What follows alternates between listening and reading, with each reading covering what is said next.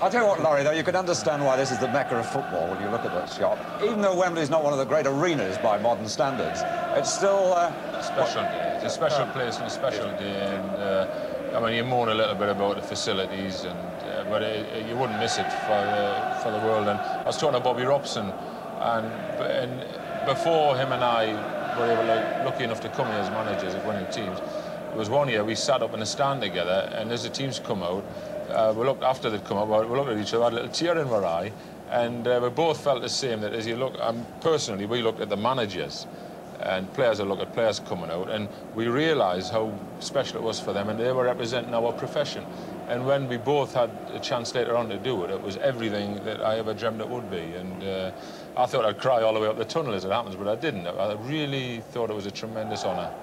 And you didn't have to cry on the way back either, did you? No. Well, now let's harden up on the game. Manchester United is so much the favourites, really.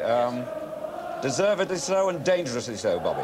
Yes, yes. I always you look through the list of the players, and when you look at the experience and the class of Manchester United, it just seems silly to back against them. And Brighton, and Jimmy Melia in particular, has been building his lads up to give them a chance. And the papers have tried to give them a chance because they don't want them embarrassed.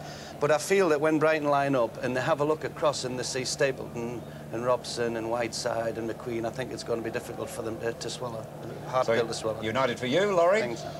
Well, there's so much the favourites that it's hard to back against them. But I would mention that Brighton are not a long ball team since Foster went out. They've got two footballing centre-halves.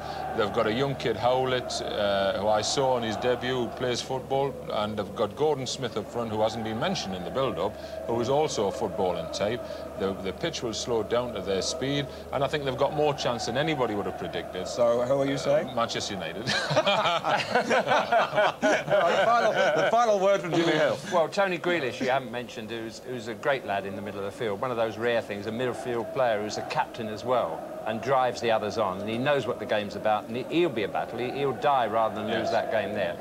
But again, I've never had any doubt in this one that it's going to be Manchester United. It's strange, sometimes you're frightened to go for the favourites because they are favourites, but in this case I think they have got enough class.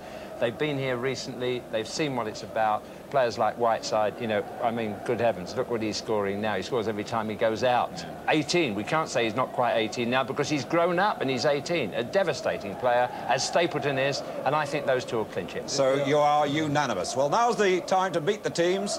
The players of Brighton Hove Albion and Manchester United will contest this 1983 FA Cup final. And they're introduced by our Cup final commentator, John Watson. Well, we've had an aerial view in more ways than one so far today, and since the highlight has surely so far been the Brighton helicopter, let's start by introducing the team from the South Coast. Their goalkeeper, Graham Mosley, could almost be excused for having divided loyalties. He was born within shouting distance of Manchester United's ground at Old Trafford, and he supported them when he was a boy. The right-back Chris Ramsey, from a West Indian family, celebrated his 21st birthday in April, but on the field it was a bad month for him. He was twice sent off, his suspension ending in time for today. And like Ramsey, left-back Graham Pearce has spent much of the season in the reserves. Steve Foster's suspension gives him his chance only a year after playing against Brighton in the FA Cup for Barnet. Now, in Foster's absence, Tony Grealish is the Brighton captain. He has captained the Republic of Ireland and played for them here against England, besides appearing at Wembley in Gaelic football. The number 5 shirt goes to Steve Gatting, brother of England cricketer Mike. Disappointed 4 years ago when he played for Arsenal in the semi-final, but missed the final against United. 21-year-old Gary Stevens, playing alongside Gatting, is Brighton's Player of the Year. Made his debut for England under-21s recently, and regarded as a fine prospect. Jimmy Case, no stranger to Wembley, having scored for Liverpool against United in 1977, and he's also scored in Brighton's last 4 FA Cup ties. Brighton's youngest player, 20-year-old Gary Howlett, made his FA Cup debut in the semi-final, released by Coventry, and watched last year's final on television at his home in Dublin. Michael Robinson scored Brighton's winner in the semi-final one of the 10 goals, which makes him their top scorer. He played for Lancashire clubs Preston and Manchester City and has cost over £1 million in total. Gordon Smith left Brighton earlier this season for a loan spell with his old team Glasgow Rangers, playing in the Scottish League Cup final, and he scored 4 of Brighton's last 5 league goals. Like Mosley, Neil Smiley grew up supporting Manchester United. Born in Barnsley, signed by Crystal Palace, joining Brighton in an exchange deal just at the start of this season. And substitute Jerry Ryan, who scored Brighton's first goal at Liverpool in the 5th round, later lost his place through injury, one of 7 Republic of Ireland internationals among the players on duty here. Well, let's move over to Manchester United, where Gary Bailey has twice been on the losing side at Wembley, against Arsenal 4 years ago and against Liverpool in this year's Milk Cup final.